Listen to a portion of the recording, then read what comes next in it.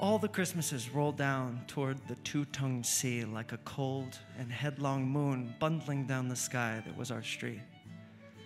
And they stop at the rim of the ice-edged, fish-freezing waves.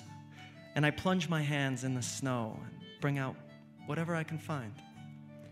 In goes my hand into that wool-white, bell-tongued ball of holidays resting at the rim of the carol-singing sea. And out come Mrs. Prothero and the firemen.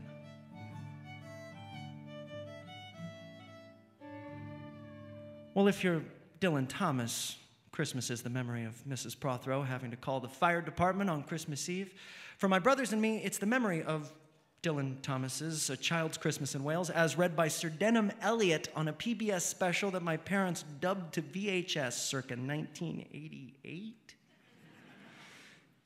To be with the Thieleys on Christmas Eve is to watch that VHS cassette huddled around an ancient Zenith television with a mug full of unspiked eggnog.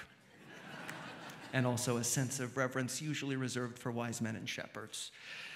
One year, 2010, if memory serves, I eschewed this ritual in favor of spending Christmas here in New York.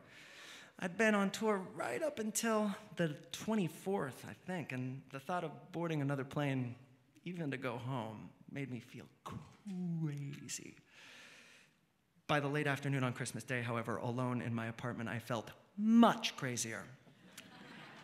Nothing was in its right place, so I went and got myself some bodega eggnog, spiked it, and read A Child's Christmas in Wales out loud to myself, alone, like so.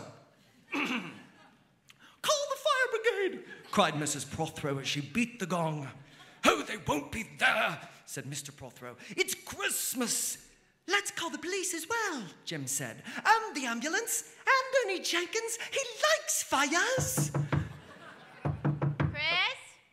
Oh, Merry Christmas, Mrs. Zirkin. Chris, is everything okay? We're getting complaints about yelling and bad British accents. No, everything's fine, just a tradition. Spot of brandy, perhaps? No thanks. It's better on VHS. This week's song, blessedly, has nothing to do with Welsh accents, but rather another idiosyncratic family tradition of ours. When my mom was 7, her parents divorced, and her mom, my grandma Celia, took her and my uncle to Laramie, Wyoming. They were dirt poor. And that Christmas, my grandma bought Mom and Kenny a little cardboard Christmas village that they started calling Laramie in the Snow.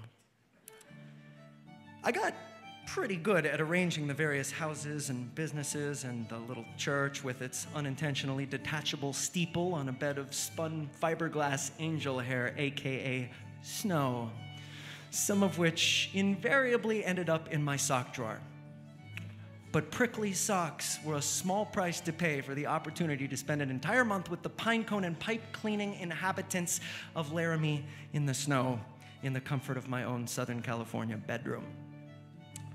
Now, in honor of all the idiosyncratic family traditions out there, we'll kick off this holiday edition of Live from Here by wishing you a very Merry Christmas from a cardboard recreation of Laramie, Wyoming.